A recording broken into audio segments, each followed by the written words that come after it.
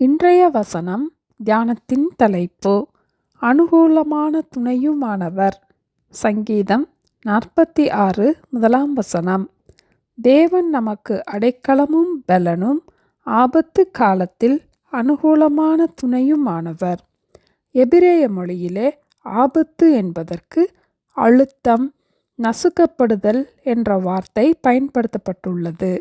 அதாவது ஒரு பாறைக்கும் கடினமான இடத்திற்கும் இடையேயுள்ள அழுத்தத்தை குறிக்கிறது.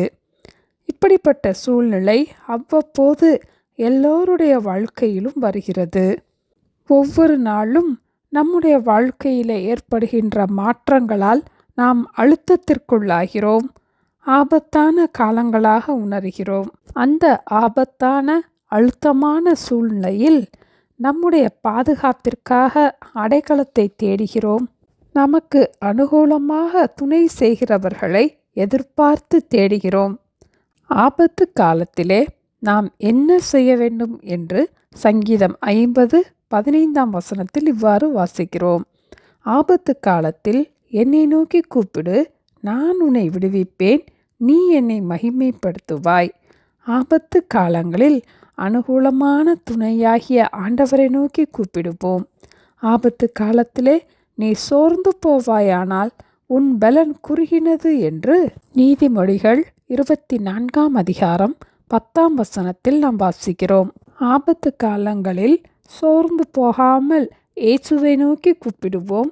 அவன் என்னை நோக்கி கூப்பிடுவான், நான் அவனுக்கு மறு உத்தரவு அருளி செய்வேன். ஆபத்தில் நானே அவனோடு இருந்து அவனை தப்புவித்து அவனை கனப்படுத்துவேன் என்று 91 சங்கீதம் 15 வசனத்தில் நாம் வாசிக்கிறோம்.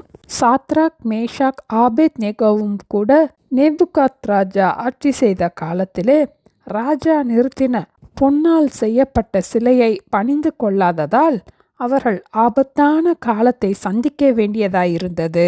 சாதாரணமாக சூடாக்குவதை காட்டிலும் 7 மடங்கு அதிகமாய் சூடாக்கப்பட்ட அக்கினி சூளையில் அவர்கள் போடும்படியான உத்தரவு காத்திருந்தது.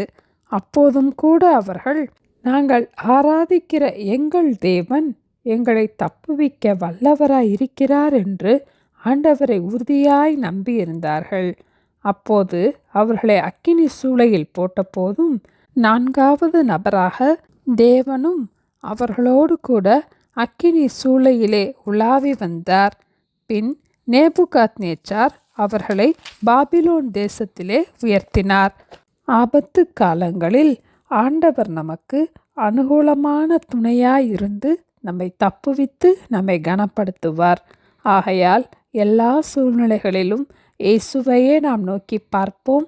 அவரே நமக்கு அடைக்கலமும் பலனும், ஆபத்து காலத்தில் அனுகூலமான துணையுமானவர். ஜெபிப்போமா? எங்களை நேசிக்கிற எங்கள் அன்பின் ஆண்டவரே, நிலையற்ற இந்த உலகத்திலே பலவிதமான சூழ்நிலைகளை நாங்கள் சந்திக்கும் போது சோர்ந்து போகாமல் எல்லா சூழ்நிலைகளிலும் அடைக்கலத்திற்காக, எங்களுடைய பலத்திற்காக, அனுகூலங்களுக்காக இயேசுவையே நாங்கள் நோக்கி பார்க்க எங்களுக்கு கற்றுத்தர ஜெபிக்கிறோம் அப்பா.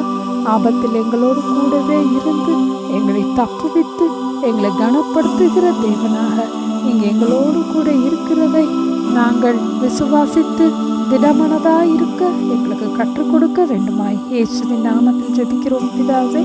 ஆமென். Thank you. Have a blessed day.